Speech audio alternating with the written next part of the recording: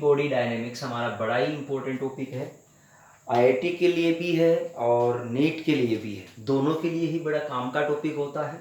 काफ़ी सारी बातें होती है जो पुराने चैप्टर्स से या फिजिक्स के मैकेनिक्स से जुड़ी हुई होती है इसके अंदर, तो उन सब के बारे में इसमें स्टडी करेंगे। सेंटर ऑफ मास इसके जस्ट पहले का टॉपिक होता है, इससे जुड़ा हुआ होता है। ठीक है, तो हमने कहा सबसे पहले अपन बात करते हैं आरबीडी के बारे में कि रिजिड बॉडी होता क्या है। सबसे पहले अपन डेफिनेशन की बात करेंगे रिजिड बॉडी की। देखो तो रिजिड बॉडी क्या होता है बच्चों। रिजिड बॉडी की अपन बात करें तो इसका कहने का मतलब देखना, समझना क्या कहता है, ये बिल्कुल समझना आना चाहिए आपको। मैंने कहा कि साहब ये हमारे पास एक ब्लॉक है, कोई भी ब्लॉक है हमारा। जैसे मैंने कह दिया कि ये ब्लॉक है जिसके कोई 2 पॉइंट है। ये ब्लॉक जा रहा है 5 मीटर पर सेकेंड से। The block which moving of velocity 5 metre per second. ठीक है, इस ब्लॉक पे 2 पॉइंट लिखे मैंने, एक ए लिखा दूसरा बी लिखा। दोनों पॉइंट के बीच का डिस्टेंस बोल दिया मैंने 7 मीटर है। कितना बोला देखो, तो 7 मीटर बोला मैंने। दोनों रिजिड बॉडी बड़ा इंटरेस्टिंग टॉपिक होता है, बड़ा ही मजा आता है पूरे चैप्टर के अंदर, बहुत समझने वाली चीजें होती है इसके अंदर। हमने कहा ए और बी जो पॉइंट है उन दोनों पॉइंट के बीच में हमारा जो डिस्टेंस है वो कितना बताया हमने, 7 मीटर है। अब मैंने कहा बच्चों कि ये बॉडी चलकर this block moved at the another position, ये कहां चला गया हमारा, कहीं दूसरी जगह चला गया। चलकर चलेगा, बिल्कुल आगे बढ़ेगा, तो कहीं आगे की तरफ मूव हो गया ये ब्लॉक, तो कहीं मूवमेंट आया। तो तुम तो मुझे इतना बताओ, क्या ए एंड बी की डिस्टेंस में कोई परिवर्तन आया? क्या ए और बी के बीच जो लीनियर डिस्टेंस है, जो distance between any 2 point of the object, it remains constant. अगर दो बिंदुओं के बीच, एक वस्तु के, एक ऑब्जेक्ट के किसी भी 2 बिंदुओं के बीच अगर कभी भी ये डिस्टेंस नहीं बदलता है, ये डिस्टेंस नहीं बदलता है, तो this object is known as rigid body. क्या क्लियर हुआ? दूसरा मैं बड़ा इसकी 3-4 डेफिनेशन लिखूंगा। पहला जैसे डेफिनेशन लिखा, नोट कर ले आप लोग। पहले डेफिनेशन ये है कि distance between the distance between any 2 points, the distance between any 2 points of the object it remains constant, then this object is known as rigid body। तो सुन दूसरी बात, दूसरा डेफिनेशन किस तरह से लिखे, ये बता क्या इस ए के लिए क्या बी चल रहा है? नहीं चल रहा। अरे जितना पहले डिस्टेंस था अब भी उतना ही, कोई दिक्कत नहीं है साहब। हमने कहा ए चल रहा है, बिल्कुल चल रहा है। कितने से? 5 से। ये बी चल रहा है, बिल्कुल चल रहा है। कितने से चल रहा है? 5 से चल रहा है। बोल आया कि नहीं आया? क्या ए चल रहा है 5 से, बी भी चल रहा है 5 से? क्या दोनों के दोनों ऑब्जेक्ट हमारे चल रहे हैं? दोनों में ये बात कहीं दिक्कत दे रही है आप लोगों को? कहीं भी इस बात में कंफ्यूजन है क्या? क्या ए चल रहा है? बिल्कुल चल रहा है। क्या बी चल रहा है? बिल्कुल चल रहा है। बट रिलेटिव वेलोसिटी, रिलेटिव कौन सा? Relative linear velocity between any 2 object of 2 objects is equal to 0। 2 object के बीच में रिलेटिव लीनियर नहीं हो सकता। क्या दोनों पॉइंट क्या लीनियर वेलोसिटी कर सकते हैं? बिल्कुल कर सकते हैं, लेकिन एक दूसरे के रेस्पेक्ट में रिलेटिव नहीं कर सकते। कह सकता हूं VAB which is equal to 0। Velocity of A with respect to B और the velocity of B with respect to A always 0। For किसके लिए? रिजिड बॉडी के लिए। बेटा ये डेफिनेशन जो अपन पढ़ रहे हैं वो किस चीज की पढ़ रहे हैं? सबसे पहले हम बात कर रहे हैं रिजिड बॉडी की। पहला डेफिनेशन एक हो गया, और डेफिनेशन सुन, 2 लिखा दिए मैंने, 2 लिखा दिए। तीसरा डेफिनेशन सुन, पहले बता क्या हमारी बॉडी, क्या human body is a rigid body और नॉट? बोल है कि नहीं है? है कि नहीं? बोल। अरे नहीं आया। देख रिजिड बॉडी का मतलब हमने समझ लिया कि सब the distance between any two points, दो बिंदुओं के बीच का अगर दूरी नहीं बदलता है, this object is known as rigid body. क्या हमारा ऑब्जेक्ट, हमारा बॉडी, ह्यूमन बॉडी, तो सोच ये सर और इस हाथ के बीच में इतना डिस्टेंस है, टच करा रहे खुपैच, जैसे ये इतना दूरी है, डर कितना हो गया, 0। क्या चेंज हो गया? The human body is not a rigid body because of the distance between of the two points of the human body is changes, so this is not a rigid body. Again इसका another definition क्या होगा? एक बात सोच, क्या क्या omega of A with respect to B, क्या ये हो सकता है फॉर रिजिड बॉडी के लिए? बोल, समझ के बता मेरे को। क्या सर्कुलर कर सकता है क्या कोई भी ऑब्जेक्ट ए या बी के लिए? बिल्कुल कर सकता है। क्यों? अरे सर्कुलर कैसे कर पाएगा? तू ढंग से समझ, मैं बिल्कुल बेसिक बता रहा हूं पहले। तू ये समझ, क्या ये कोई रोड ले लिया मैंने, इस रोड के कोई भी दो पॉइंट है, this is A and this is B, क्या this rod can be rotate in this way? क्या ये इसके लिए घूम रहा है? अगर मान ले, क्या घूमकर अगर ये यहां पहुंच गया, सपोज कर कि this block becomes in this condition, this is initial condition and this is final condition, then the distance between a and b is remains constant, there is no any motion between a and b relative, कौन सी? Linear. But क्या circular कर सकता है? क्या घूम सकता है? तो दूसरी बात ये आ गई कि साहब किसी भी रिजिड पॉइंट के दो पॉइंट, किसी भी रिजिड बॉडी के दो पॉइंट एक दूसरे के रेस्पेक्ट में सर्कुलर मोशन कर सकते हैं। क्या चमका? अरे नहीं आया यार, बोल क्लियर हुआ कि नहीं हुआ रे? तो सब ये हमने बात कही रिजिड बॉडी के बारे में कि रिजिड बॉडी हमारा क्या होता है, उसकी चर्चा मेरे हिसाब से सब बच्चों को समझ आ गई होगी। अब सुनते जाओ बेटा, आगे बात करते हैं रिजिड बॉडी के आगे, सुने ध्यान से। सबसे पहले बात ये करें हम लोग कि साहब ये मोशंस के बारे में अपन क्या क्या पढ़ेंगे यहाँ पर, तो मैं आपको बता दूं। सबसे पहले हमने कहा हमारे पास तीन तरह से मोशंस को डिफाइन करेंगे। एक होगा हमारा ट्रांसलेशनल मोशन,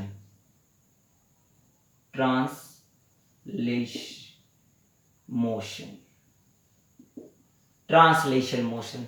बी होगा हमारा इसे प्योर ट्रांसलेशन, ये एक तरह का लीनियर जैसा है बेटा। कैसा है ये? लीनियर जैसा, एक पोजीशन से दूसरी पोजीशन को बदलने वाला। कैसे? जैसे मान लो मेरा कोई सड़क है, ऐसा एक ब्लॉक है जो इस पे ऐसे चल रहा है किसी वी से, वो इस तरह से चलेगा हमारा। This motion is known as हमारी ट्रांसलेशन मोशन। दूसरा मैंने कहा प्योर रोलिंग। कौन सा? Pure rolling, pure circular. एक तरह से देख लो, सपोज करो the rod which is hinged from one end and rotate about this hinge point omega, इससे घूम रही है रोड L लेंथ का, then this is pure rolling। ये कैसा हो जाएगा हमारा? Pure rolling. ऐसे रोड को बांध दिया, ऐसे घुमा रहे, डर डर डर डर ऐसे घुमा रहे हैं ना।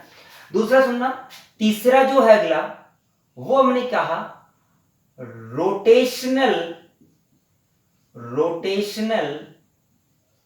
Plus translational. Rotation plus translation दोनों मोशन जिसमें होते हैं, जिसे सिर्फ कहेंगे हम रोलिंग। पहिया पहिया, अरे क्या पहिया, अरे ओमेगा से घूम भी रहा है और जा भी रहा है। कहां जा रहा है? आगे जा रहा है। क्या दिस पहिया is rotating and without slipping it moves forward direction? This is known as rotational plus translation. तो इन तीन चीजों की हम बातें करी थी हमने कि मोशंस हमारी किस किस तरह से हो गई है। हम इसके और इसके बारे में यहाँ खास तौर से पढ़ेंगे, दोनों चीजें पढ़ेंगे। ये हमारा लीनियर मोशन में आ जाता है, जैसे 1D हो गया हमारा, या 2D में भी इसके बारे में अपन पढ़ लेते हैं। बोल क्लियर हुई ये बात हमारी? अगला पॉइंट लिखे। अब बात करते हैं हम लोग रिजिड बॉडी में चलेंगे। सबसे पहले नाम आता हमारा रोटेशनल काइनेटिक एनर्जी। क्या नाम आता है? Rotational kinetic energy, rotational kinetic energy, rotational kinetic energy, यानी घूर्णन गतिज ऊर्जा की अपन बात करते हैं बेटा। देख सबको समझ आना चाहिए, बिल्कुल बढ़िया से देखो, आराम से समझे। रोटेशनल काइनेटिक एनर्जी की अपन बात करें, सपोज करो मैंने एक ऑब्जेक्ट लिया ऐसा, कोई भी मैं एक ऑब्जेक्ट ले लेता हूं, जनरल कोई भी रिजिड बॉडी ले लिया मैंने, ये कोई रिजिड बॉडी ले लिया, और सोच इस रिजिड बॉडी के इस पॉइंट के अबाउट में this body is rotating by omega. कितने से रोटेट कर रही है जी?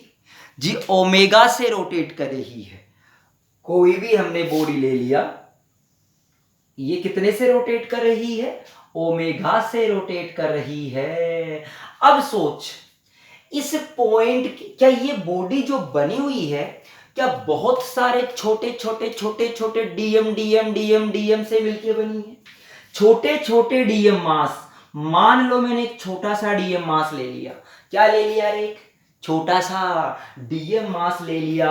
ओहो हो डीएम मास ले लिया। क्या इस डीएम मास का एक डिस्टेंस रहा होगा यहां से, जिसको मैंने R1 बोल दिया? क्या this DM mass moving in this direction of velocity v1? अरे नहीं आया यार, उड़ गए तोते तुम्हारे तो यहीं पे।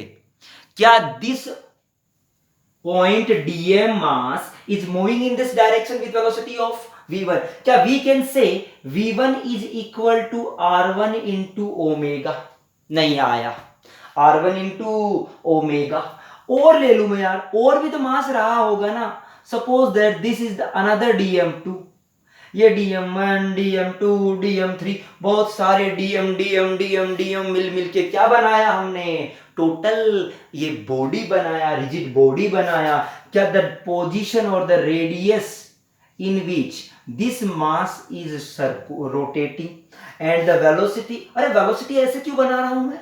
क्या the velocity is always perpendicular to, the velocity is always perpendicular to R vector. किसके होता है रे? R vector. This is v2 which is equal to r2 into omega.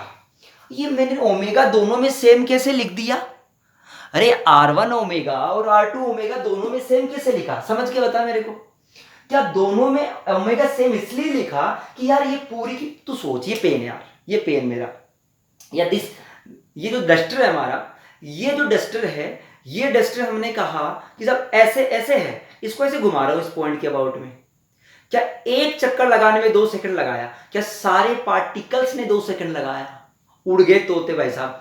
तो सोचो ओमेगा सेम क्यों लिया? ओमेगा सेम लेने का मतलब ये चक्कर लगाया उसने 2 सेकंड में पूरा एक लगाया। तो क्या सारे के सारे particles, all the particles of this object is rotate in the same time interval for complete one cycle. So omega for all the points, all the छोटे छोटे डीएम मास, ऑल द छोटे छोटे डीएम मास का जो omega था वो सबका same था, इसलिए हमने ओमेगा सेम लिख दिया। अब क्या करूं?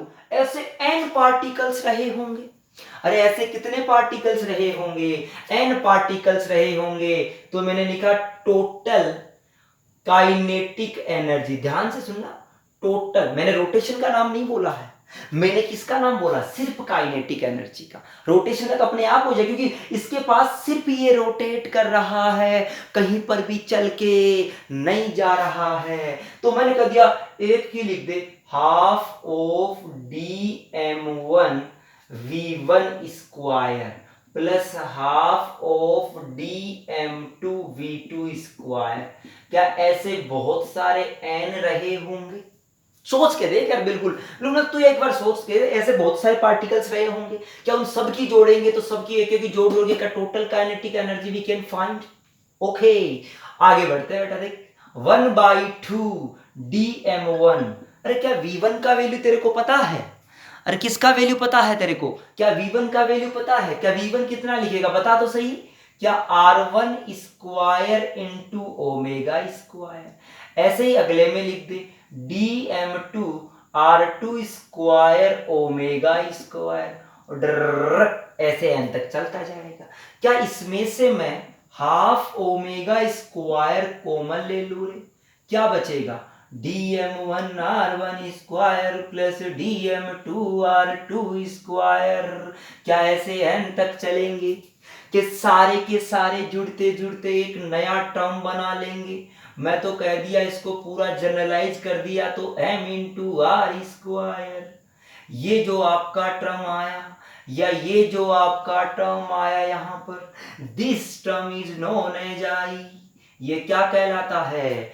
आई कहलाता है। इसी का दूसरा नाम होता है मोमेंट ऑफ इनर्शिया।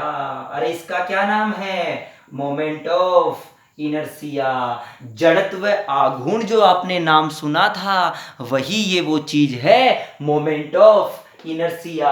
यानी तेरे पास जो एनर्जी आई वो कितनी आई रे? Half of I omega square. क्या this is the rotational kinetic energy? मैंने तो काइनेटिक एनर्जी निकाला था यार, बट है क्या ये? क्या सिर्फ और सिर्फ घूमने वाली ताकत है ये?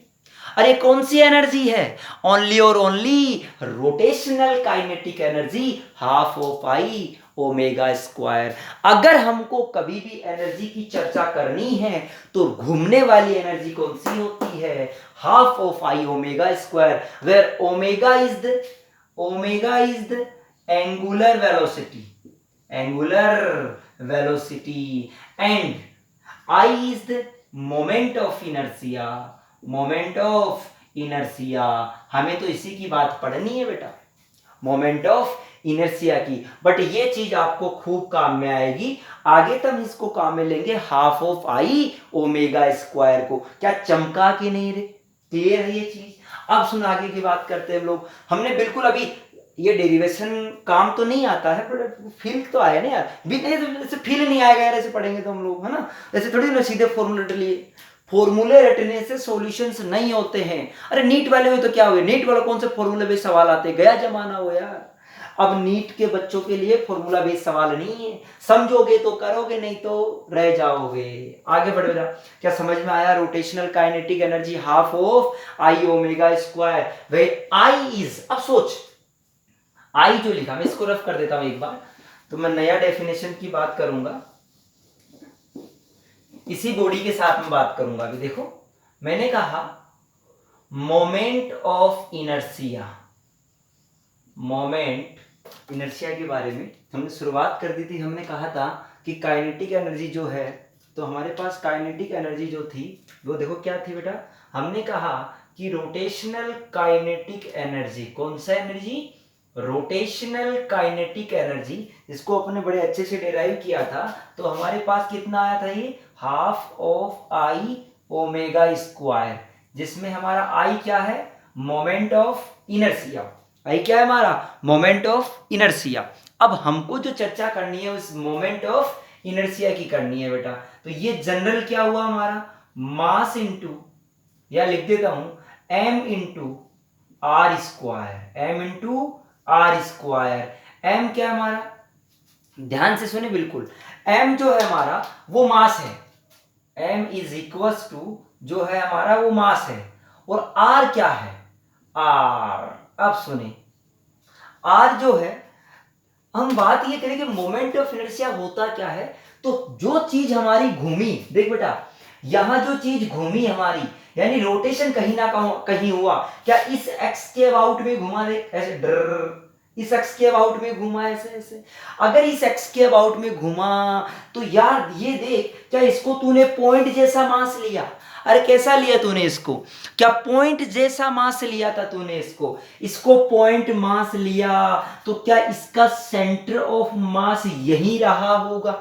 तो जो आर आई लिया था, R1 is the distance from the axis of rotation to the center of mass of body of the object। इधर तो मैं लिख दूं R is the distance from center of mass to the axis of rotation, to the axis of rotation। यहां तक की जो distance होती है, this is known as R होता है। क्या यहां तक बात क्लियर है हमारी? कोई कंफ्यूजन इस बात के अंदर? बिल्कुल बात चमकनी चाहिए बेटा, अच्छी तरह आपको समझनी चाहिए कि एक्सिस ऑफ रोटेशन से आर क्या है। अब सुने, कुछ पॉइंट है हमारे, क्या आई depends on mass?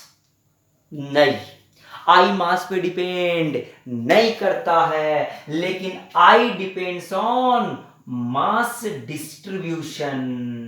Mass distribution पे डिपेंड करता है हमारा आई। आई किस पे डिपेंड करता है? मास का डिस्ट्रीब्यूशन कैसे। सोच, इसके अंदर एक छोटा सा DM mass is away from, या इससे थोड़ा अलग होता ये डीएम मास, अरे यही डीएम मास कुछ अलग डिस्टेंस पे होता, कि आई बदल जाता उसी मास के लिए। It means I depends on distribution of mass. दूसरा सुनना बेटा जी, क्या इसके लिए आई आया, क्या इस एक्सेस को यहां से देखूं तो क्या एक्स बदल गई रोटेशन की? तो depends on axis of rotation. अरे किस पे डिपेंड करता है ये? घूमने वाली एक्स पे डिपेंड करता है। इस इनर्शिया का अभी मैंने फील नहीं कराया कि इनर्शिया होता क्या है, तो अब तुम फील करना इस बात को बेटा जी। मैंने कहा मोमेंट ऑफ इनर्शिया, और सुन लेना, मास डिस्ट्रीब्यूशन पे डिपेंड करने के साथ साथ हम कह सकते हैं it depends on density also. अरे मास डिस्ट्रीब्यूशन क्या होता है यार? डेंसिटी तो होती है यार। नहीं आया। अरे क्या mass distribution is also density? एक वर्ड है हमारा, कि मास को कैसे डिस्ट्रीब्यूट किया गया है ये चीज कौन बताता है हमको? ये चीज हमको ये डेंसिटी बताता है। तो हमने कह दिया एक्सेस ऑफ रोटेशन पे डिपेंड करेगा, मास डिस्ट्रीब्यूशन पे डिपेंड करेगा, और डेंसिटी पर डिपेंड करेगा। आ गई यहां तक बात समझ में? अब मैं कह दूं कि इस इनर्शिया का मीनिंग तो समझाओ सर, इस इनर्शिया का फील ही नहीं आया। आपने पढ़ा था, सुनना, आपने पढ़ा था, क्या पढ़ा था? लीनियर इनर्शिया, या मैं कह दूं सिंपल इनर्शिया। तो आपने उसमें कहा था इनर्शिया को, इनर्शिया किस काम के लिए था बेटा जी? ये था अपोज करना। किसके लिए? Change of state. या मैंने कहा था कि लेकर जाने में, एक जगह से दूसरी जगह लेके जाने में जो काम करने में कठिनाई थी, या कह दूं change of state, change of state का जो अपोज करता था, oppose the change of state. क्या यही था हमारा इनर्शिया? यहां किस में अपोज करेगा? यहां जो अपोज करेगा, ध्यान से सुनना, मोमेंट ऑफ इनर्शिया जो है हमारा, कौन? Moment of inertia. वो क्या चीज होता है? वो करता है अपोज। किसको रोकने का अपोज करता? किसको रोकता है ये घूमने का अपोज करता है। घूमने का, घूमने को रोकता है। या मैं ये कह दूं, क्या घूमने में जो, घुमाने में जो कठिनाई है, घुमाने में जो काम करने की कठिनाई है, कह दूं घुमाने के, उसमें कहा था ले जाने में कठिनाई, यहां घुमाने में कठिनाई। घुमाने में कठिनाई को हम क्या कहेंगे? क्या मोमेंट ऑफ इनर्शिया नाम देंगे। अरे घुमाने की कठिनाई हमारी क्या कहलाती है यार? फील तो कर, मोमेंट ऑफ इनर्शिया का मतलब क्या है। ऐसे क्या मोमेंट ऑफ इनर्शिया यार?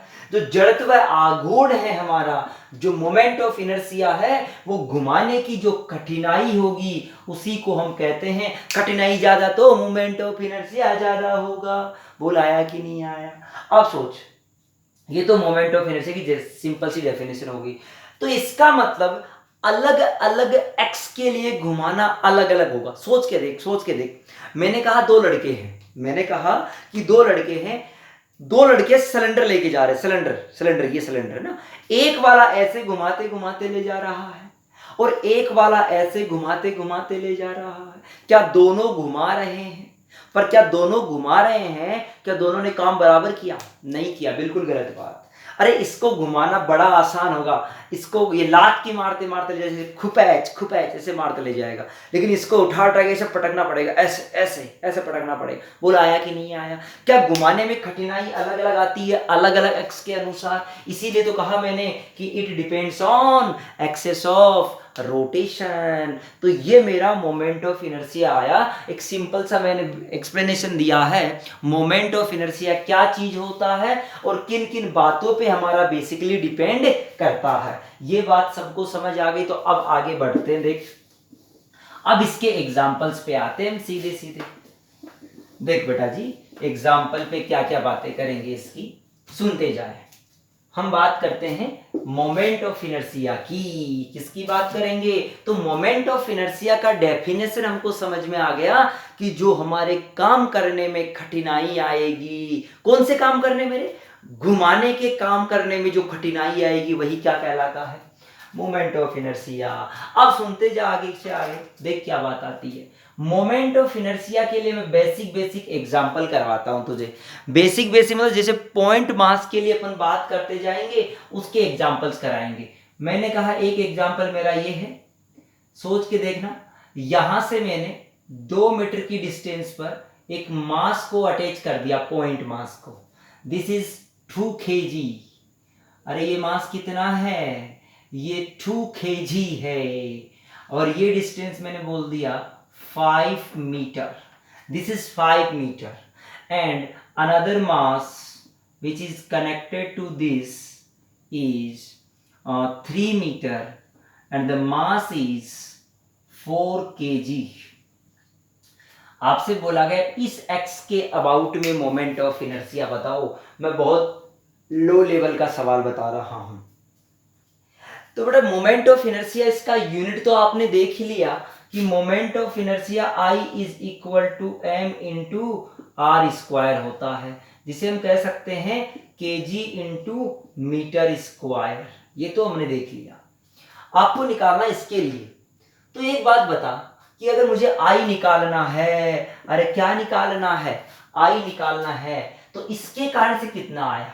क्या m इंटू परपेंडिकुलर डिस्टेंस का स्क्वायर, m इंटू 5 का स्क्वायर। इसको क्या करूं? क्या माइनस करूं इस मास को?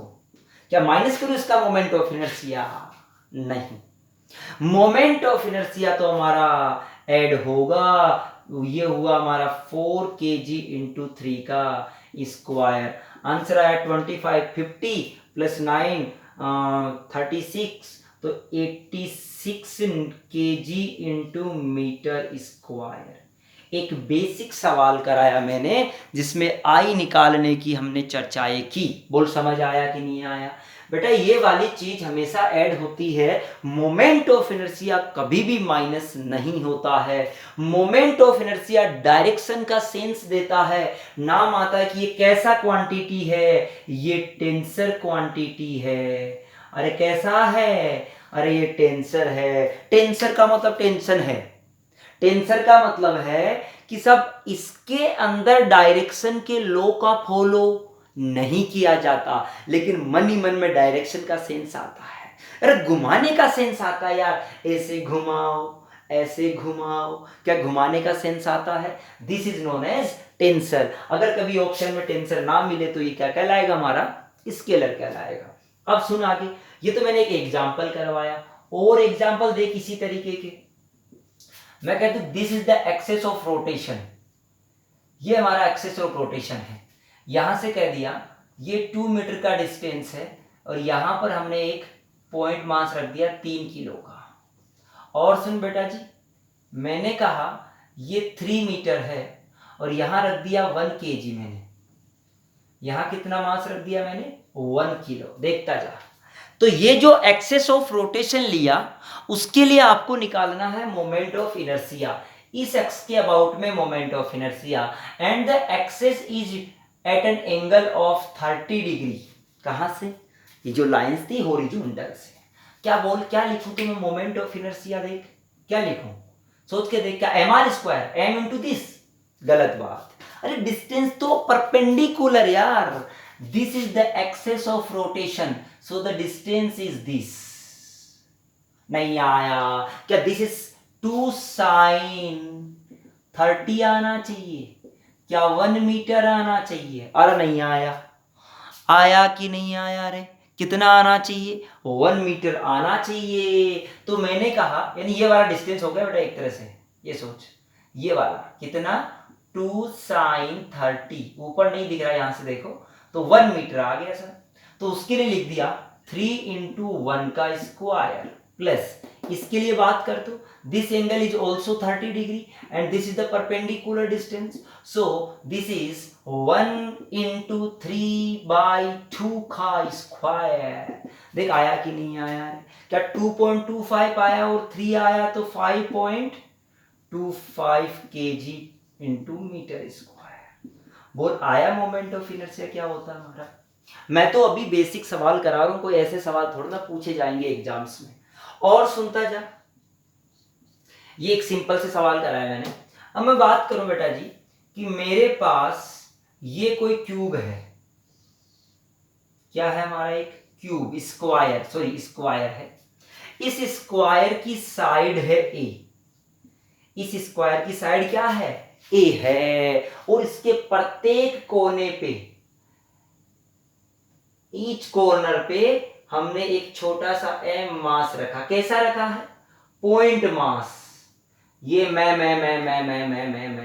अरे नहीं आया, उड़ गए तोते। भाई साहब आया कि नहीं आया रे, क्या समझ में आया सवाल क्या है हमारा, आपसे सवाल क्या क्या पूछे गए उन सवालों पे मैं चर्चा करूंगा। देखो बेटा इसके अंदर जो सवाल पूछे जाते हैं वो आपको ये कहता है कि एक्सेस ऑफ रोटेशन बताओ। क्या बताओ, सबसे पहले एक्सेस ऑफ रोटेशन समझ में आनी चाहिए। जैसे देख इसमें एक सवाल पूछा आपसे, मैं इसी का एक सवाल लिख रहा हूं, इसके अंदर एक सवाल लिख रहा हूं, इसके लिए लिख रहा हूं।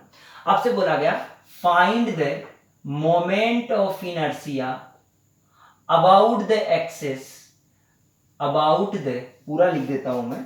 देखो मैंने कहा find the moment of inertia about the axis which passes through the side, यानी इसकी एक साइड के लिए है, साइड के लिए है अगर, तो क्या करें, एक साइड मान लेते हैं। देख ये वाला साइड ले लूं, इधर देखना, इस साइड के लिए बात कर लेते हैं हम। इसको क्या मान लिया हमने, एक्सेस ऑफ रोटेशन। अब तू सोच क्या इस वाले के लिए मोमेंट ऑफ इनर्शिया 0 हो गया खुद का इसी एक्स के रेस्पेक्ट में, ऐसा क्यों हुआ, क्या इसका मास वहीं से गुजर रहा है जहां पर एक्सेस ऑफ रोटेशन है। बोलो आया कि नहीं आया, क्या इसका भी 0 हो गया, क्या इन दो मास का हम मोमेंट ऑफ इनर्शिया 0 लिख देंगे। क्या इसके लिए perpendicular distance this is the a, तो क्या लिखेंगे m a square, this is also m a square. तो आंसर आया हमारा 2 into m into a square. ये इस x के रेस्पेक्ट में आया, इसको मैंने 1 नाम दे दिया I1। दूसरा सुनना, दूसरा तुझे क्या कहा, दूसरा कहा find the moment of inertia about the axis which is perpendicular, to the plane and passing through कहां से रे, passing through one corner, एक तो कोने से पास हो रहा है बेटा, दूसरा क्या कह रहा है to the perpendicular to the plane, यानी जो प्लेन है उसके परपेंडिकुलर है और कहां से पास हो रहा है, कॉर्नर से। तो देख ले इसके अंदर, देख मैं ये एक्सेस बना देता हूं, क्या दिस एक्सेस, दिस देखो बिल्कुल ये वाला axis perpendicular to this plane and passing through one corner, नहीं आया। तो यहां से हमने कहा क्या इसका तो 0 हो गया, क्या ये एम ए स्क्वायर, क्या this is also m a square, this distance is perpendicular, this is also perpendicular from this axis and this is √2a, ये कितना आया √2a। हो तो I इज इक्वल टू लिख दिया m इंटू ए स्क्वायर, ऐसे तो 2 है हमारे पास, प्लस m इंटू √2a का whole square, this is equals to 4ma square. कितना आया रे 4ma स्क्वायर। क्या ये I भी आ गया तुम्हारे पास। एक ही सवाल में बहुत सारे सवाल करेंगे हम लोग, ये तो हमने एक निकाला। और तीसरा लिख देता हूं, देख मैं ये लाइन अभी मैं आपको लिख रहा हूं, बाद में सिर्फ मैं बोल के बताऊंगा, बार बार ये लाइनें नहीं लिखूंगा। अगला बोला find the MOI for the axis which is diagonal axis। क्या है हमारा? डायगोनल। डायगोनल से पास हो रही है रे। ओहो, क्या डायगोनल से ये एक्सेस शो कर सकता हूं? ध्यान से देखना।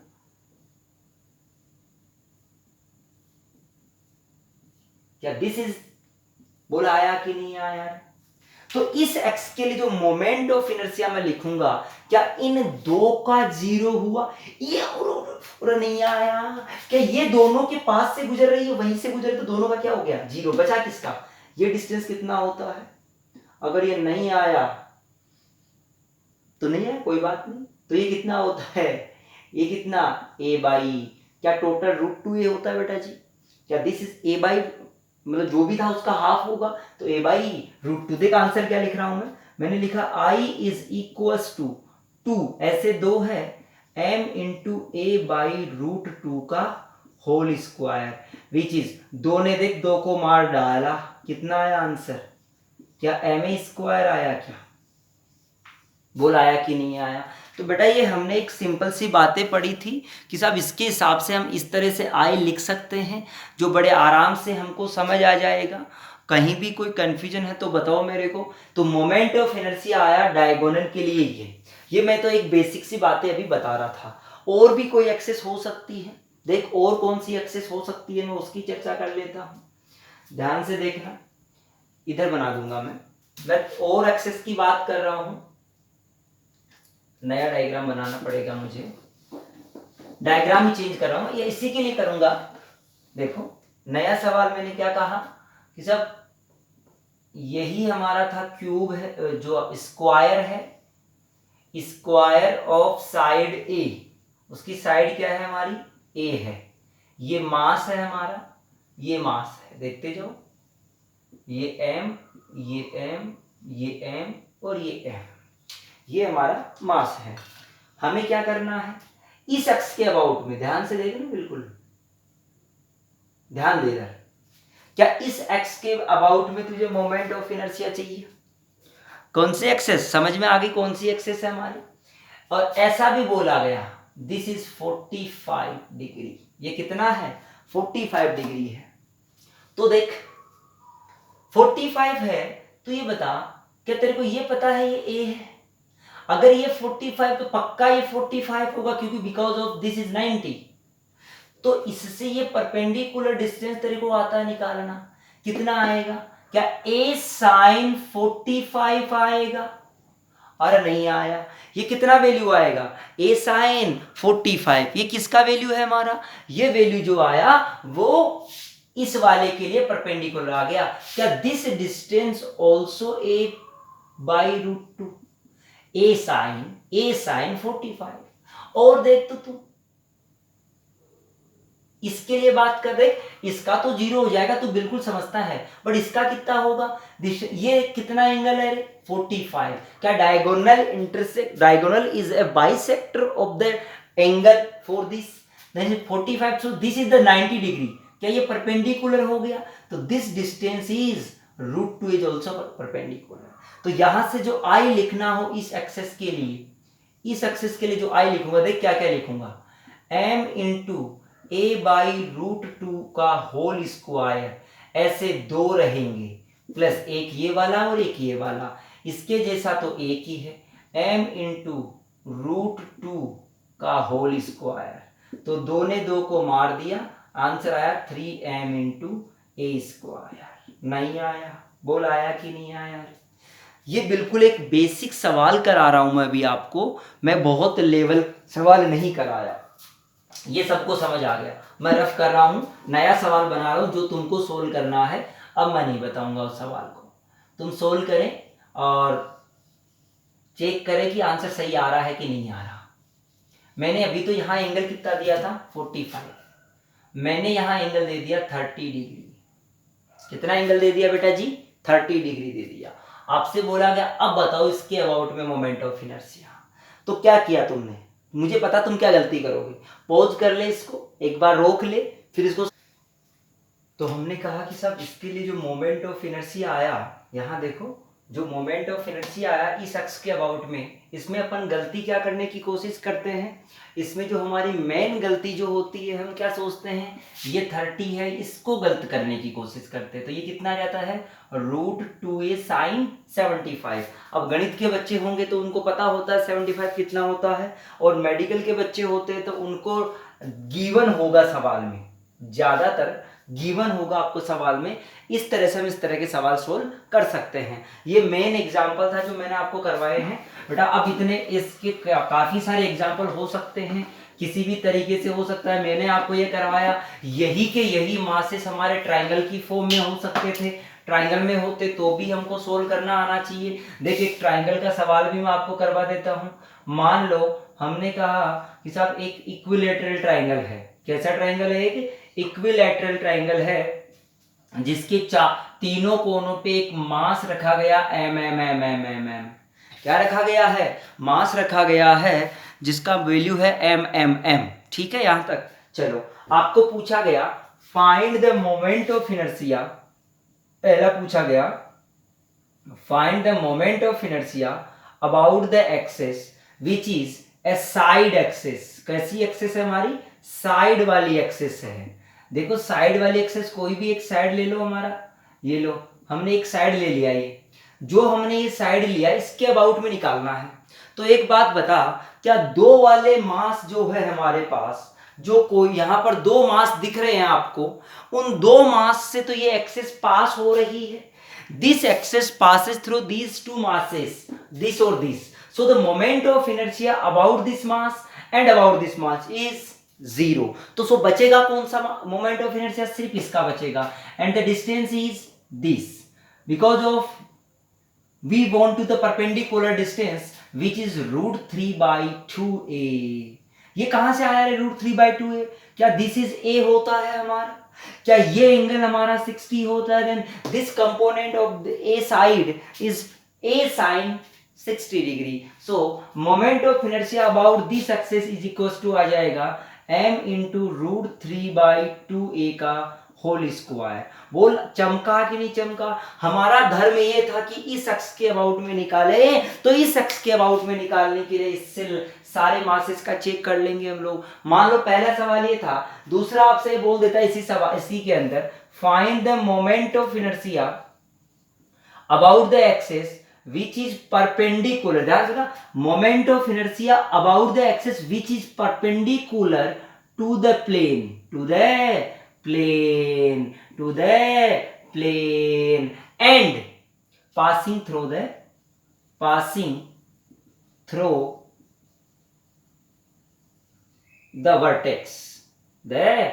vertex, यानी एक कोने से पास हो रही है और परपेंडिकुलर टू द प्लेन है। क्या मैं इस एक्सिस को ऐसी एक्सिस नाम दे दूं? देख, क्या this axis is perpendicular to this plane of the triangle and passing through one vertex और वन कॉर्नर हमारा। देख बिल्कुल आना चाहिए ना। अब तो सोच, क्या इसका तो 0 हो गया? क्या इसका 0 हो गया तो इससे परपेंडिकुलर डिस्टेंस कितना आया? अरे मेरे हिसाब से तो यही आया यार, उड़ गए तोते। क्या इसका भी यही आया?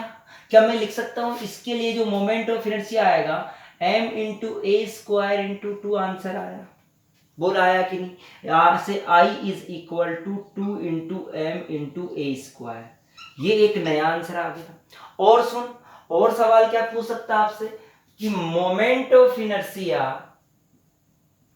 अबाउट द एक्सिस, कौन सी एक्सिस के अबाउट में बात करेगा? देख अब मैं कह रहा हूं कि moment of inertia about the axis which is passing through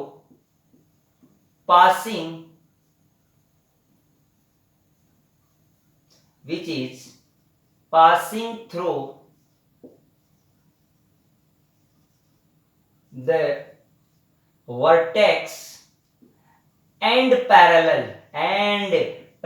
to the side। एक साइड के तो पैरेलल है और एक वर्टेक्स से पास हो रही है। उस एक्स के अबाउट में आपको मोमेंट ऑफ इनर्शिया निकालना है। क्या ये एक्सेस ले लूं रे? अरे क्या यही ले लूं मैं?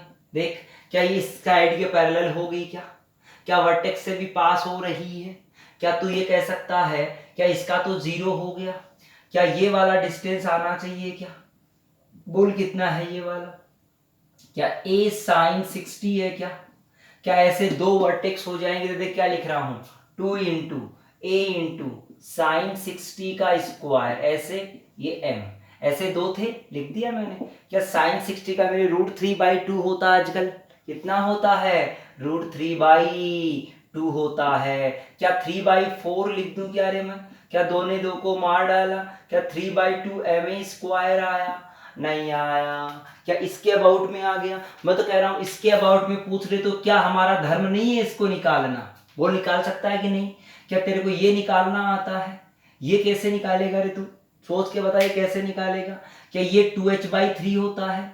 ये कितना होता है? 2h/3। और h कितना? This √3/2a। दो ने दो को मारा, √3 ने √3 को मारा। गड़बड़ ना कर, तू देखते जाना। क्या ये कितना आ गया हमारा? 2h/3 आ गया। तो 2h/3 को लिखेंगे कितना? a/√3। तो आंसर लिख देंगे इसके अबाउट में। इसके अबाउट में लिखेंगे I = 3 हो जाएंगे ऐसे, m इंटू √3/a/√3। ये आंसर आ गया। क्या हमने ट्राइंगल की सारी बातें कर ली रे? बोल आया कि नहीं आया? तो बेटा ये हमने ट्राइंगल के बारे में बात किया। और भी जो इच्छा हो इसकी और भी एक्सेस पूछ लेगा, वो हम बाद की बात करेंगे। फिलहाल अपन पॉइंट मास की बातें कर रहे थे और इनके सवाल कर रहे थे। अब सोच, मैं करवा देता हूँ एक क्यूब वाला। कौन सा?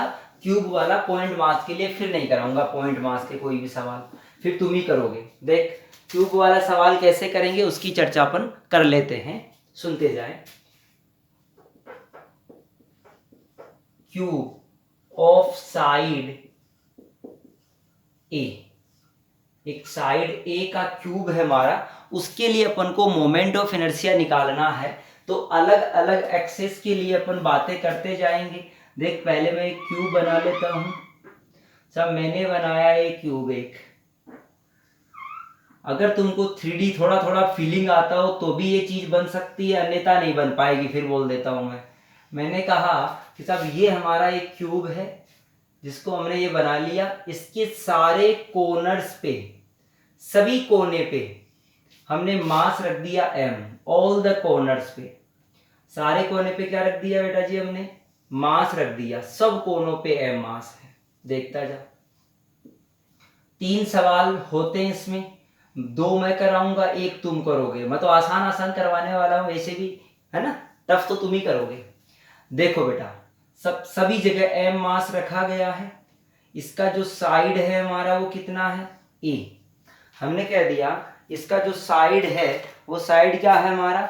a साइड है। इसके लिए आपको मोमेंट ऑफ इनर्शिया पता करना है। सबसे पहले नाम बोलूं मैं, 1 नंबर में मैंने बोला about the edge. About the edge, edge के अबाउट में हमें मोमेंट ऑफ इनर्शिया निकालना है। तो कोई भी एज का मतलब क्या हो गया? इसके लिए एक साइड ही मान ले एक तरह से। देख मैं इसको एज मान के इसके लिए निकाल रहा हूं, ये वाले एज के लिए निकालना मोमेंट ऑफ इनर्शिया। अब तो सोच तो देख, अगर तेरे पास 3D है, सोच ये वाला, ये मेरा 3D ऑब्जेक्ट है, ये 3D ऑब्जेक्ट है। इसके इस एज के लिए, इसके लिए देख ये वाला, ये वाला समझ में आ रहा है? ये वाला देख, क्लियर देख, बिल्कुल ये वाला एज हो गया, कोई भी ले ले। क्या ये वाले के लिए ये वाला पॉइंट कैसे इसके परपेंडिकुलर आ गया? देख ये वाला डिस्टेंस कितना है? परपेंडिकुलर। क्या ये भी परपेंडिकुलर? देख जा, ये परपेंडिकुलर, ये परपेंडिकुलर। क्या 2 यहां हो गए, ऐसे ही 2 नीचे रहे होंगे। This is also perpendicular distance and this is also. यानी कह दे कि साहब ये वाला देखो, ये वाला मास, क्या यहां से ए है परपेंडिकुलर? क्या ये भी ए परपेंडिकुलर है? ऐसे ही 2 नीचे हो गया, ए और ये और ये। देखना मैं नंबर दे दूं 1 2 3 4। तो यहां से जो m आया, i आया, वो i आया m इंटू a²। ऐसे हमारे पास कितने बने? 4, जिनको नंबर दिया 1 2 3 4। ये 4 मासेस के लिए आ गया हमारा। फिर देख ये जो एक्सेस थी तुम्हारी, ये एक्सेस, ये वाली एक्सेस है हमारी, क्या इसके अबाउट में ये √2a आएगा? नहीं आया। क्या ऐसे ही हमारा ऐसा √2a आएगा? क्या ऐसे 2 हो गए हमारे पास? तो बेटा आगे लिख दिया मैंने +2 इंटू m इंटू √2a का होल स्क्वायर। ऐसे कितने आए? 2। इनको नंबर दे देता हूं मैं 5 और 6। क्या 7 और 8 का 0 हो गया? अरे 7 और 8 का 0 हो गया। 7 और 8 का, ये 5 और 6 नंबर का। क्या नेट आई आया तुम्हारे पास? 4 और ये कितना 4, 8 ma स्क्वायर। देख आया कि नहीं आया? नहीं चमकाया। क्या 8 ma स्क्वायर आ गया हमारे पास आई का वैल्यू। क्या ऐसे ही हम लोग ये पहला किया, दूसरा निकाल लू मैं अगर 2 नंबर में आपको कहा गया अबाउट द फेस डायगोनल। कौन सा? Face diagonal. फेस वाले डायगोनल की बात कर लिया उसने। अब सुन, फेस वाले की बात कर लिया, इसको मैं रफ कर देता हूं, मेरे काम का नहीं है। फेस डायगोनल पे चलूंगा मैं। नंबर मेरा मैंने वही रहने दिया इसका। फेस डायगोनल की अगर मैं बात कहूं तो देखते जा। देख बेटा जी, कोई भी एक ले ले। देख मैं ये ले लेता हूं, ये वाला। तेरे को चमका कि नहीं चमका रहे? देख मैंने ये ले लिया। ये कौन सा डायगोनल आ गया हमारा? फेस डायगोनल आ गया। तो इसके अबाउट में बात करते हैं। तो ये वाला डिस्टेंस इसके लिए परपेंडिकुलर ए हो गया। क्या ये इसके लिए परपेंडिकुलर ए हो गया? तो इसकी बात करें इसके लिए आई, तो ऐसे दो तो ये हो गया m इंटू ए स्क्वायर। दो तो ये हो गए, जो कौन कौन से थे देख, लिखते जा, मैं लिखते जा रहा हूं साथ ही साथ में। 5 नंबर और ये था हमारा 7 नंबर। ये मासेस का लिख रहा हूं मैं कि साहब इस मास का तो इतना हो गया हमारा। और सुनता जा, क्या इन दो का 0 हो ही जाएगा? लिखने की कोई जरूरी नहीं है। इसका देख, इस वाले का देख देख कितना आ रहा है। क्या a/√2 आएगा ये? क्या दिस इज ऑल्सो a/√2? तो हमने ये कह दिया कि साहब दो ऐसे आएंगे जिनका डिस्टेंस कितना आएगा? a/√2। a/√2 का स्क्वायर। ये कौन कौन से थे? इनका नंबर दिया था 6, ये 7, ये 8। सॉरी 7 नहीं है ये कितना था? 1, ये 2 था बेटा जी। ये 2, 3, 4, 1, ये 1 था। तो मैंने कह दिया 1 और 2 का है। ये किसका है? 1 और 2 का है। इन दो का 0 हो ही गया हमारा। बचे कितने? 2 बचे। दो कौन कौन से बचे देख तो। क्या एक तो 4 नंबर बचा। इस 4 नंबर का देख परपेंडिकुलर डिस्टेंस क्या हो रहा है। मैं यहां से थोड़ा सा देखो, अब थोड़ा सा आपको देखना पड़ेगा ढंग से। यहां से मैंने ये मिला दिया। क्या this distance is a perpendicular and this is a/√2 and this is a। So a/√2 का स्क्वायर प्लस a का स्क्वायर, क्या ये हमारा यहाँ के लिए आएगा? तो ये कितना हो गया? a/2 और 1, तो 3/2 कितना हो गया? 3/2। तो ये डिस्टेंस हो जाएगी √3/2a। सोल्व कर लेना, देखिए परपेंडिकुलर रहेगा। क्या ऐसे दो रहेंगे? तो लिख देता हूं 2 इंटू m इंटू √3/2a का होल स्क्वायर। ये कौन कौन से हमारे पास? एक तो 4 नंबर है, दूसरा 3 नंबर है। ये लो। क्या नेट यहां से निकाल लोगे? देख कितना आएगा। क्या 2 ने 2 को काट डाला? क्या यहां से इस 2 ने इस 2 को काट डाला? तो यार 2, 1, 3, 3, 6 ma स्क्वायर। कितना आंसर आ गया? 6 ma स्क्वायर। ये किसके लिए आया हमारा? फेस डायगोनल के लिए। जो फेस डायगोनल था उसके लिए हमने आंसर निकाल लिया, हमारे पास आ गया। तीसरा जो है वो तुम खुद सोल्व करोगे। लिख देता हूं मैं तीसरा, वो है हमारा बॉडी डायगोनल। कौन सा है? Body diagonal. ये तुम खुद से करोगे, कोशिश करके देखना आंसर आता है कि नहीं आता। नहीं आता तो मेरे से व्हाट्सअप करना, मैं आपको इसका सॉल्यूशन बताऊंगा। क्या समझ आ गया यहाँ तक? ये हमने पॉइंट मासेस की चर्चाएं की है, जिनमें पॉइंट मास का हम मोमेंट ऑफ इनर्शिया निकालते हैं फॉर डिफरेंट एक्सिस। बेटा एक्सिस इसमें और भी हो जा सकती है, ऐसा नहीं कि इतनी ही हो, पर वो और भी कॉम्प्लिकेटेड हो सकता है हमारा, ऐसा नहीं है। ठीक है, आपको 3D ऑब्जेक्ट के लिए फील आना बहुत जरूरी है। अगर फील नहीं आएगा तो आपका इसके लिए पढ़ना ही बेकार हो जाएगा। अब सुन, अब मैं बात करता हूं डिस्ट्रीब्यूशन ऑफ मास वालों की। किसकी बात करता हूं? डिस्ट्रीब्यूशन ऑफ मास की। तो सबसे पहले बात कहूं कि मास डिस्ट्रीब्यूशन जो होता है वो कई तरीके से होता है। हमारा मास का डिस्ट्रीब्यूशन कई तरीके से होता है। मास डिस्ट्रीब्यूशन। मास का डिस्ट्रीब्यूशन हम 3 तरीके से पढ़ते हैं। कितने तरीके से पढ़ते हैं बेटा? 3 तरीके से पढ़ते हैं मास का डिस्ट्रीब्यूशन। कौन कौन सा होता है? ये आप ग्रेविटेशन में भी काम में लोगे, ऐसा ही आपके पास इलेक्ट्रोस्टैटिक आएगा तब भी काम में लेते हैं हम लोग। यही बात हम सेंट्रो मास में भी काम में लेते हैं। तो हमने कहा मास का डिस्ट्रीब्यूशन 3 तरीके से होता है। एक होता है लीनियर मास डिस्ट्रीब्यूशन, जिसे हम कहते हैं लैम्बडा।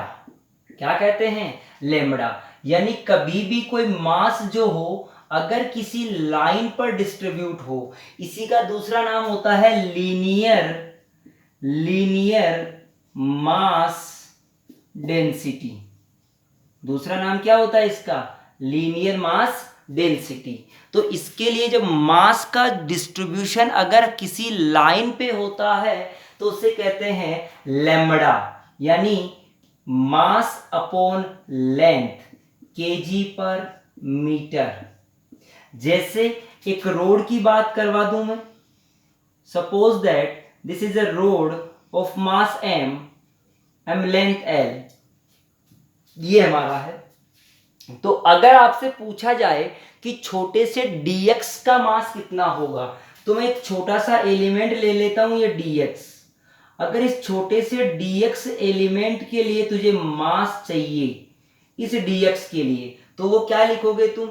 छोटा सा dm, वो लिखोगे लैम्बडा इंटू dx। अरे यार, इसे कहते हैं यूनिटरी मेथड। क्या कहते हैं इसे? Unitary method. अरे ये वही बात है जो बचपन में पढ़ते हैं ना कि सब 100 पेन है 1000 रुपये का आता है, तो एक पेन कितने रुपये का आएगा? क्या पढ़ा था? यही तो है यार। हमने कहा टोटल का मास है तो dx का कितना होना चाहिए, तो हमने कह दिया लैम्बडा तो हमारा है m/l इंटू dx। यहां से हमने कह दिया ये हमारा dm आएगा। ये क्या कर दिया हमने? Mass distribution, linear mass distribution. जैसे हम कहें रोड के लिए हो सकता है, रिंग के लिए हो सकता है, इन चीजों के लिए जो मास का डिस्ट्रीब्यूशन आएगा वो हमारा क्या आएगा? Linear mass distribution. अगला नंबर 2 लिख देता हूं बेटा जी मैं। 2 नंबर में आपसे कहा गया surface mass distribution. Surface mass distribution, जिसका दूसरा नाम कहते हैं हम लोग सरफेस मास डेंसिटी भी हो सकता है, इसकी तरह सरफेस मास डेंसिटी। इसके लिए मास कहां डिस्ट्रीब्यूट मानते हैं हम लोग? किसी एरिया के लिए। किसी एरिया पर अगर मास का डिस्ट्रीब्यूशन होता है तो उसे हम कहते हैं सरफेस मास डिस्ट्रीब्यूशन। इसे जनरली हम सिग्मा से डिनोट करते हैं, m/a KG per metre square. अगर आपको छोटा सा dm निकालना है तो लिखोगे सिग्मा इंटू छोटा सा da। जैसे एग्जाम्पल की बात कहूं तो किसके लिए करेंगे? चकती, डिस्क के लिए करेंगे। और किसके लिए करेंगे? डिस्क के लिए। और कह दूं होलो, होलो, होलो कौन? स्पेयर, होलो स्पेयर के लिए कर लेंगे। और जहां पर सीट आती हो, सीट का जहां नाम आ जाए, वो सीट के लिए आप किसका नाम लोगे बेटा? सरफेस मास डिस्ट्रीब्यूशन का नाम लेते हो। अब तीसरे नाम की अपन बात करते हैं, 3 नंबर। देखो 3 नंबर में क्या पढ़ा हमको? 3 नंबर की बात करें तो volume mass density, volume mass distribution, volume mass density, जिसे अपन कहते हैं कि मास का डिस्ट्रीब्यूशन कहाँ होता हो? किसी वॉल्यूम पर। लाइन, एरिया और वॉल्यूम, क्या तीनों चीजों से समझ में आ गया कौन सा क्या क्या होता है हमारा? तो मास का डिस्ट्रीब्यूशन जब वॉल्यूम पे हो तो हम कहते हैं रो, m/v, जिसे कहेंगे केजी पर मीटर क्यूब। ये बिल्कुल सिंपल सी बात आ गई। कहीं पर भी छोटा सा dm निकालना हो तो उसके लिए लिखेंगे rho into DV, rho into DV. और रो आपको लिखना आता ही है यहां से, क्या कोई कंफ्यूजन है? जैसे मैं कह दूं सॉलिड स्पेयर, एग्जाम्पल के तौर पे सॉलिड स्पेयर की खास तौर से जो बात करेंगे उसमें अपन यही चर्चा करेंगे। सॉलिड स्पेयर देख लो, सॉलिड कोन भी आएगा हमारा, सॉलिड कोन भी आएगा। तो इन सब की बातें जो आएगी वो हमारी किसके लिए आएगी, वॉल्यूम मास डेंसिटी के लिए आएगी, जिसे अपन रो का नाम दिया करते हैं। क्या समझ आ गया यहाँ तक का कहानी? अब अपन बात करते हैं, अभी तक जो अपन ने मोमेंट ऑफ इनर्शिया पढ़ा था वो उन ऑब्जेक्ट के लिए पढ़ा था जो पॉइंट मास है, लेकिन अब उन ऑब्जेक्ट के लिए पढ़ेंगे जो पॉइंट मास नहीं है। वो क्या है, उन पे मास का डिस्ट्रीब्यूशन है। जहां मास का डिस्ट्रीब्यूशन है वहां मोमेंट ऑफ इनर्शिया कैसे निकालते हैं हम लोग, उन ऑब्जेक्ट की बात करेंगे। और मास का डिस्ट्रीब्यूशन फिलहाल हम जो बात करेंगे वो यूनिफॉर्म मास डिस्ट्रीब्यूशन की बात करेंगे। सबसे पहले आपके पास नाम आता है रोड का। किसका नाम आता है? रोड। हमने कहा यूनिफॉर्म मास डिस्ट्रीब्यूटेड एक रोड है हमारे पास, उस रोड की अपन बात करते हैं। जैसे मैं देखिए कर रहा हूं, मैंने कहा ये हमारे पास रोड है बेटा, इस रोड के लिए हम मास डिस्ट्रीब्यूशन की बात करते हैं, मोमेंट ऑफ इनर्शिया की बात करते हैं। किसकी बात करते हैं? मोमेंट ऑफ इनर्शिया की बात करते हैं। देख कैसे, तो देख सुनते जा। मैंने क्या कहा कि सब इस अक्ष के अबाउट में the axis which is perpendicular to the length of the rod, this length is L1 and this length is L2। ये लेंथ L1 है और लेंथ L2 है। इसके लिए अपन चर्चा करना चाह रहे हैं। तो हमने कहा कि साहब ये बात तो ठीक है, टोटल मास कह दिया हमने, टोटल मास कह दिया कितना, टोटल मास हमारा कैपिटल M है, सॉरी मेरा मार्कर खत्म हो गया, कैपिटल M है और लेंथ कितना है हमारा, L है। मास है टोटल मास M और लेंथ कितना, कैपिटल L। तो हम क्या कहें, क्या पॉइंट जैसा होता तो सीधा mr स्क्वायर कर देते, लेकिन पॉइंट जैसा नहीं है। कैसा है ये, डिस्ट्रीब्यूटेड है और कह दूं यूनिफॉर्म है। फिलहाल कैसी है, यूनिफॉर्म रोड है, यूनिफॉर्म रोड है। तो बेटा इसके लिए क्या करूं, देख x पे जाके dx का एक एलिमेंट ले लेते हैं। क्या ले लेते हैं, एक dx का एलिमेंट ले लेते हैं। ये dx आ गया हमारा। इस dx के लिए, इस dx के लिए क्या लिखेंगे, छोटा सा dm लिखेंगे। छोटा सा dm क्या होगा, लैम्बडा इंटू dx होगा। अरे नहीं आया यार, छोटा सा dm बराबर होगा m/l इंटू dx। अब सोच, छोटा सा dm लिख दिया तूने, अब तुझे लिखना है छोटा सा di। अरे क्या लिखना है इसके लिए, छोटा सा di। सोच के देख कि बस इतना सा सोच कि इस एक्सेस के अबाउट में छोटे से dm का तुझे क्या निकालना है, मोमेंट ऑफ इनर्शिया। वो कैसे आएगा, वो आएगा dm इंटू एक्स स्क्वायर। अरे dm इंटू क्या, छोटा सा di लिख दिया तूने। अगर छोटा सा di लिख दिया, dm इंटू एक्स स्क्वायर। अब अपन बात करें यार, इसका सांप लगा दो पूरे